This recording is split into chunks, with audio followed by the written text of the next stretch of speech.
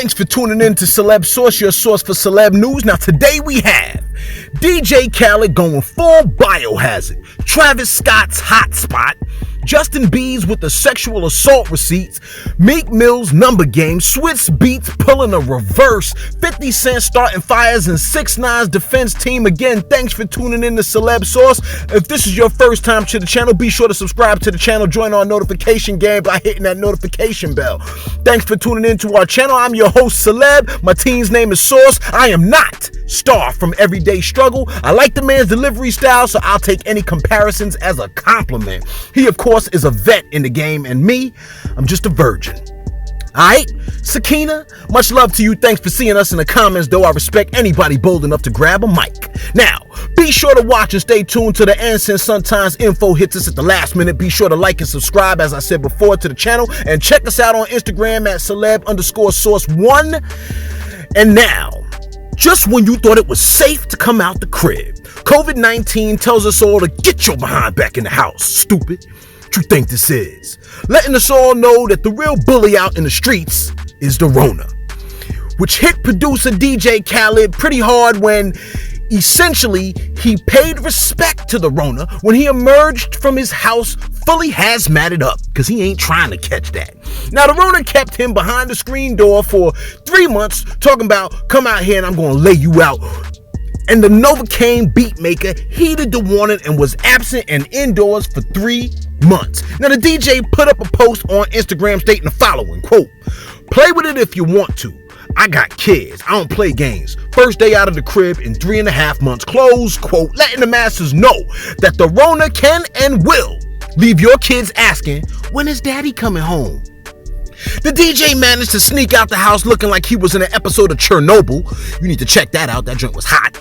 And posted the whole process of going to the dentist. Even pulling a commercial plug, writing, quote, "My first day out the crib and I had to get my root canal taken out. My root canal that I had gave me pain for over 15 years. The root canal gets taken out? I thought it was a procedure. Anyway, I want to thank the office Blum Nico Oral Surgery Associates, Dr. Nico, and the team, who was excellent. I want to thank all my haters, my baby mamas, all those that doubted me and told me I was never going to be anything and called the cops on me when I was just trying to feed my kids." I'm just joking. He ain't really say that part, but you understand the idea, all right? He continued on and said, "Taking out the root canal, I'm very grateful for your help. Thank you, Dr. Miros, Dr. Cop, for the recommendation team work. And of course, anybody knows if you got some tooth pain, man, and you take that bad boy out, you best to believe you're going to be giving the dentist shout outs." Before suiting back up, all right, he left the lab. He left the dentist's office looking like he came out of a lab in Cloverfield and snuck back to his crib, fully hazmated up. Go to a special dental surgeon, have them just take the whole rest of the tooth out and the root canal out. I can't take it on it. Now, from the ages of 1 through 6, Travis Scott lived in South Central Houston. The particular neighborhood that he lived in had a level of crime that the artist came to the realization at 6 that he didn't want to live the kind of lifestyle of the people that was struggling around him. In fact, the artist stated, quote, "Growing up, my grandmother stayed in the hood, so I seen random crazy-ish. I saw mad bums and crazy spazzed out mother lovers. I saw people looking weird, hungry, and grimy. I was always like, man, I gotta get the blank up out of this piece. It gave me my edge. It made me who I am now." Close quote. Fast forward to now, and Travis Scott has purchased for himself a $23 million mansion cash. Now, a portion of the internet is saluting the man for doing that, and another portion is holding their chest like Fred Sanford, thinking about the taxes that man's gonna have to pay on a yearly basis. You're like, who? Fred what? Man, Google it, all right? The 16,700 square foot mansion has 3 floors, 7 bedrooms, 11 bathrooms, a 20-car garage, a 15-seat movie theater, gym, pool, sauna, bar, amongst other things. That's it. The house is in addition to the $13.5 million mansion in LA that Travis has with his baby mother, Kylie Jenner. Now, that's quite the come up. from the humble beginning that Travis had. Word is, the man used to sleep on the floor before he was able to even get his parents the house that he so desired to get him, man. Much love and respect for that. Hopefully, he could add a train that cuts through the different rooms in the house/resort so a brother like me could take a gander, since Disney is off limits because of the Rona. Alright? Now, over the weekend, someone came out and stated that Justin Bieber was involved in a sexual assault that took place on March 9th in 2014 at, get this, Banger's Sausage House and Beer Garden. Yes, the place is called Banger's Sausage House. Right. What are we doing at the Sausage House? Well, maybe the food there is good. How about that? Now, particularly the sausages. Anyhow, Justin came on social media to address the accusations and pulled out a shoebox of receipts before slamming them on the table, letting folks know, don't you dare come for me. It makes me think about the drug mule story, which he left alone. He was like, I'm not going to even waste my time coming out the house. I'm not going to even come out the throne for that one. All right, little twist. Anyhow, your boy Justin dropped his first piece of evidence on the table and said, quote, in the past 24 hours, a new Twitter appeared that told the story of myself involved with sexual abuse on March 9th, 2014 in Austin, Texas, at the Four Seasons Hotel. I want to be clear. There is no truth to this story. In fact, as I will soon show, I was never present at the location. Your Honor, he practically said, close quote. The man continues and says, as her story told, I did surprise a crowd in Austin, at the Sausage House, I presume, where I appeared on stage with my then assistant side stage and sang a few songs. What this person did not know, Your Honor, and ladies and gentlemen of celeb source in the courtroom, was that I attended that show with my then girlfriend, Selena Gomez. Now, camera pans over to Selena's face. At this point, the crowd lets out a collective gasp. Someone faints and is pulled out the courtroom. He then pulls out evidence to show that Selena Gomez was there, and they're smiling in the pic like they've been waiting for this moment all along, with additional pics of them in the street after a memorable night at the Sausage House. Now, don't read into that, all right? Bunch of pervs. He then shows an article that illustrates that he did not arrive in Houston until late in the night, while simultaneously showing us that he really should have had a degree in law. Now, the accuser, who we know to be a Danielle, alleges that after his performance, she and her friends were invited to the Four Seasons Hotel to hang out after the party. Justin then drops a post which says, quote, the other reason this story might say I was staying at the Four Seasons Hotel was because a tweet from 2014 on March 10th, not the 9th, says that they saw me there. This is that tweet, letting Danielle know that she doesn't even have her dates right. But Justin, can you fault her? No one knows what date is when since the corona came through. He continues on and states that not only was he not at the Four Seasons on the 9th or the 10th, but, quote, I stayed with Selena and our friends at an Airbnb on the 9th and on the 10th, and on the 10th stayed at a Westin because our hotel reservations at La Quinta and not the Four Seasons was messed up. Here are the receipts for the hotel on the 10th, close quote, dropping an atomic bomb of a receipt on the table in front of the prosecutor and court of social media, while the judge, of course, adjusts his bifocals to get a closer look. Then the Biebs rifles through a shoebox for another receipt and drops it, which says, quote, we have also confirmed with the Four Seasons regional manager that I was never on the property on the 9th of March 2014 and never a guest on the 9th or the 10th, and I welcome all press to inquire with them if needed or wanted. We, close quote, we dare you, the public, to ask us if Justin was there and make sure your peoples are there when you ask. Justin then jumped off the top turnbuckle with another receipt under his elbow, breaking the table. The receipt says, quote, the pics I showed of me and Selena March 9th in Austin should make it clear that we were together that night and went from the venue to our Airbnb and never went to the Four Seasons. This is our Airbnb receipt where we crashed with our friends. Close quote. His friends in the courtroom nodding their head, affirming how great March 10th was that day, that night, whatever. If you were never a Justin Bieber fan before, how could you deny the man at this point? Go ahead and tell me, oh, it's his legal team. It's his legal team. Where's your legal team? Your mom's? Your grandma? Your sketchy friend that no one ever believes? Justin continues on and says, quote, on March 10th, Selena left for work and I stayed at the Westin as the receipts clearly showed with my friends Nick and John before I left town. Once again, not at the Four Seasons.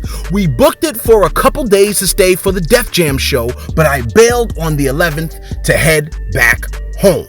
Close quote. Justin put the icing on the cake and stated, quote, I won't be using Mike Lowry anymore as an alias, close quote, firing his alias who didn't see that one coming, and added the cherry on top when he said, quote, every claim of sexual abuse should be taken very seriously, and this is why my response was needed. However, this story is factually impossible, and that is why I will be working with Twitter and authorities to take legal action, close quote. At this point, EMS is in the courtroom trying to wake Danielle so she could present, but she's pulling the, I can't wake up, I fainted so hard. Now, I almost can't wait to see how this particular one plays out. Good one, Just. Back in 2009, Jay-Z received an award and revived the statement, men lie, women lie, numbers don't. Love. Men lie, women lie, numbers don't. And folks have been quoting it ever since. Even my supervisor used to use that statement in staff meetings. It drove me crazy. I come to hate that statement. Now, Meek Mill has chimed in on that much hated statement, because I hate it. But Meek Mill posted on Twitter, quote, numbers do lie. Who made that up? Close quote. I'm not sure who made it up, but guess who took offense to what you said, Meek? That's right, 6ix9ine, when he responded to Meek Mill's post by stating the following, quote, 64 speaks, close quote. Referring to the fact that the artist peaked at number 64 on the Billboard chart on June 20th, 2020. Now, Meek Mill has also been in the news for having a bit of a back and forth situation with academics, when academics stated, quote, so y'all remember when Meek told me to stop posting him, and I did. Then he went on a Philly radio station complaining that I ain't posting his album. Well, today he asked that I stop posting him, and I'll gladly oblige. I don't need no artists who don't want to be on the platform, close quote. I kind of hope at this point Meek comes back and is like, why don't you ever post my stuff or anything about me, Ack?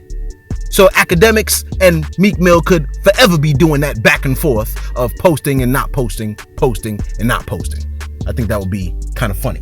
Part of the world and had them speaking on these little, because some of these bloggers, like we need some fly bloggers too. Let's talk about it. We need some fly bloggers, because most of these bloggers, they on these blogs and they speaking on like our culture and they don't know anything about it, and they tuning in, and some of them got influence. Like I don't know, if you watch this little pages you watch, you might see academics page. You'll see they post everybody's album. They ain't gonna post no Meek Mill album. There's a lot of them they ain't posting my album, man. When we see it, we have a little talk about it. But it's the game. Let's get it. Okay, so listen. Here's a good one for you. Swizz Beatz had a little too much to drink when he found himself on live talking crazy about none other than Drizzy. Something that you rarely hear anybody do. Rarely does anyone talk crazy about the man, and there clearly must be a reason. Swizz Beatz was having a conversation with the legend Busta Rhymes when the conversation went left and he proceeded to drunkenly go down a dark corridor. Now, Drake did a song with Busta back in the days, but the song was never released until recently. You see, Drake recently is assumed that Drake's camp released a song, which made Swizz Beatz very, very upset that because the song wasn't supposed to have been released. So he proceeded to express his displeasure about that fact. Now, Busta Rhymes tried to smooth things over by saying, man, I don't want to get it misconstrued. He didn't come to me to make a record with me. He wanted to do J Dilla's beats. That's what it was about. That's all I'm saying. Now, Swizz Beatz wasn't trying to hear none of that, potentially highlighting the fact that it wasn't that Camp's place to leak the song in the first place. But Swizz really put his foot in his mouth when he said, quote, my whole energy was based on something that got leaked that you couldn't put out no matter what the circumstances is. But it's cool. That's a little guy. Talking about Drake here now. That's a guy, that's a little guy. It's no personal things. If it was personal, we shoot your plane out the sky. Close quote. Type of gun. This is rude boy. Yo, you pull out a gun tonight, then I ain't never see you use. And I'm glad my dog have a bulletproof vest on. Because I wasn't planning on using anything, but like the fact that you couldn't put out something that somebody came to you to listen, man. It's about Busta Rhymes tonight. I don't want to get it misconstrued. He didn't come to me to make a record with me. He wanted to do Dilla beats. That's what it was about. Like this. That's what I'm saying. So listen, man. That kid is a good kid as well. He's not a bad kid. He's a good kid.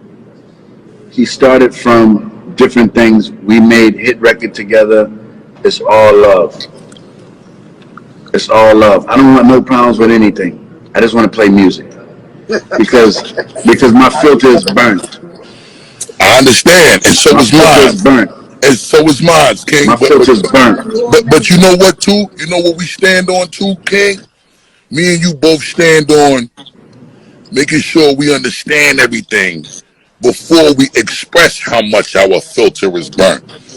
That's all. I just want to give you the fullness on the understanding, King. At the end of the day, niggas is pussy for real. What's up? Pop off. Let's go.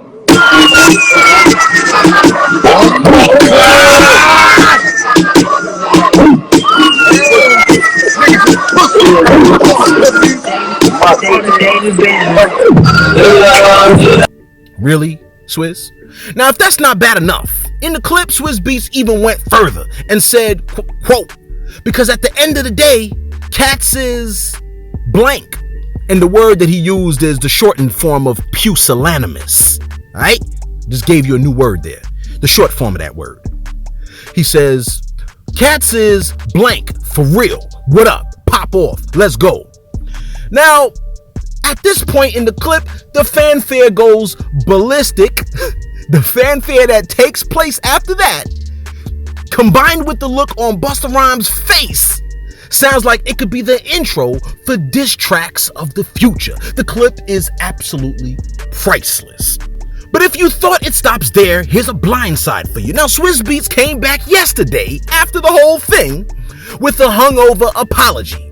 Damn near on the verge of tears, he embarrassingly apologizes, blaming the licks for being so reckless on Sinful Saturday before showing up in the midst of the congregation on Sunday, going full repentance mode. Happy Father's Day blessings to everybody on this amazing Father's Day. Man, I want to address my actions on Zone Radio last night, man. You know, mainly because I was in the wrong space, I was in the wrong energy, you know, and I hate that my kids and other people got to see me be on that side. I was a little nice, I was a little excited. You know, I definitely spoke on some things that I definitely shouldn't have spoke on, you know what I'm saying? Although I might feel a certain way about a certain person and different things like that, as a G, I'm man enough to say that, you know, I did that on the wrong platform and I wasn't supposed to do that like that, because I wouldn't respect somebody else if they did that like that, you understand? But anyways, happy Father's Day to everybody. Now, fortunately, the good Lord forgives. But Chubbs doesn't, when he essentially said to Swizz Beatz to keep that same energy when he sees him before wishing the man a happy Father's Day. The culture just keeps on giving.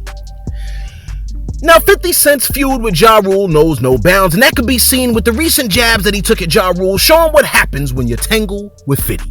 The first post is one of Ja Rule doing a private party of sorts, which is a way to make money, but 50 made it look so low when he posted, quote, "If you don't want to end up doing private parties for 15 people, stay out of my way, okay?" Close quote. The vid was rough. But the second clip was a second video which at first glance looks like a sad commercial that Ja Rule did on Hard Times, but in actuality was actually something done for a reality show in which celebrities do a skit from home and see if it could generate the highest number of views. Ja Rule chose to do the skit for a small-owned business that has been in operation for approximately 70 years that he wanted to support during the pandemic because they were hit particularly hard. So it was more of a charitable affair.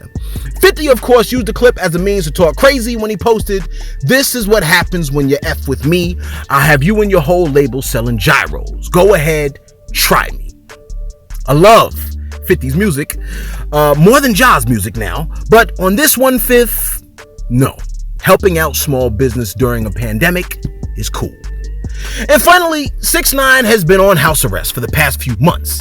And he not only has seemingly embraced the Trolls title, but he has also equally embraced the moniker of being a rat federal informant. One of 6ix9ine's attorneys, Dawn Florio, stated that, quote, "Lots of people condemn Danny, 6ix9ine, for cooperating with the government. Even a young gang member who wants to make a name for himself could try something. He's in great spirits, but I won't rest easy until he's located in a different state with 24-hour security," close quote. Now, this statement was followed by hip-hop cop Derek Parker, who states, quote, "Tekashi did something extraordinary in giving up his whole gang." Word? There are still hardcore rappers like Fat Joe, almost giving props to Fat Joe, who would never snitch. But I think fans are going to forgive Tekashi. You think? I don't think so. And he'll be bigger than ever. Close quote. Bigging up Fat Joe, while his love for the partnership he has with Tekashi 6ix9ine appears to be unending. Sound off in the comments below if you, and this just in. Our sources have reported that 6ix9ine has officially hit #1 on the Billboard charts. Yes, 6ix9ine's Trolls peaked at #1 with 6ix9ine going completely ape at the concept and spitting on us, while he proceeds to celebrate and explain, saying, quote, "#1 on the Billboard. You can't stop me. You can't blackball me. Didn't I tell you? No radio at Apple Music, at Spotify. Didn't give us any major playlisting on Spotify and Apple." Bunch of laughing emojis. "They tried so hard pushing someone else's song. Let the world know what you did. You can't blackball me. I'm too big of a star." And all the fan bases that teamed up to prevent this #1, I saw that too. Debut #1 with none of you haters. Watch this 1 million times, hater, whatever, yada, yada. You can say what you want. I'm #1 and you can't take that from me. I went up against the music industry and won. At Nicki Minaj, we are the blanking monsters of this ish. I love you, mamas. Showing us that he is an unstoppable force, much like the Black Plague, which was brought about by, well, forget it. 6ix9ine posted the caption, "Congratulations, 6ix9ine. You have hit the #1 spot. Where to now, sir?" Oh, fucking yeah! We beat the industry. Fuck is y'all talking about? I can't beat the nigga. Fuck are you talking about?